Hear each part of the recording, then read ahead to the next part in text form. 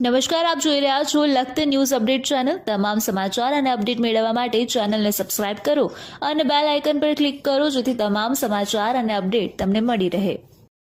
હેરોપરા વિસ્તારમાં આવેલ મહાદેવ મંદિરમાંથી શ્રદ્ધાળુ ભક્તજન દ્વારા શ્રાવણ વદ અમાસ નિમિત્તે શોભાયાત્રાનું આયોજન કરવામાં આવ્યું।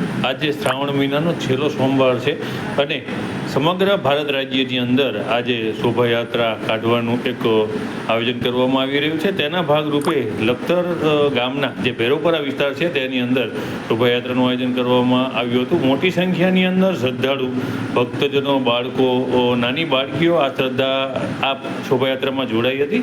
ત્યારે નાની બાળકીઓ પણ આ શોભાયાત્રામાં જોડાઈ ખુશખુશાલ પોતાને મહેસૂસ કરી રહી હતી। ત્યારે જે કિશોરો છે, યુવાનો છે, તેઓ એકબીજાને અબીલ ગુલાલ છાંટી અને તેઓ પણ આનંદ માણી રહ્યા હતા અને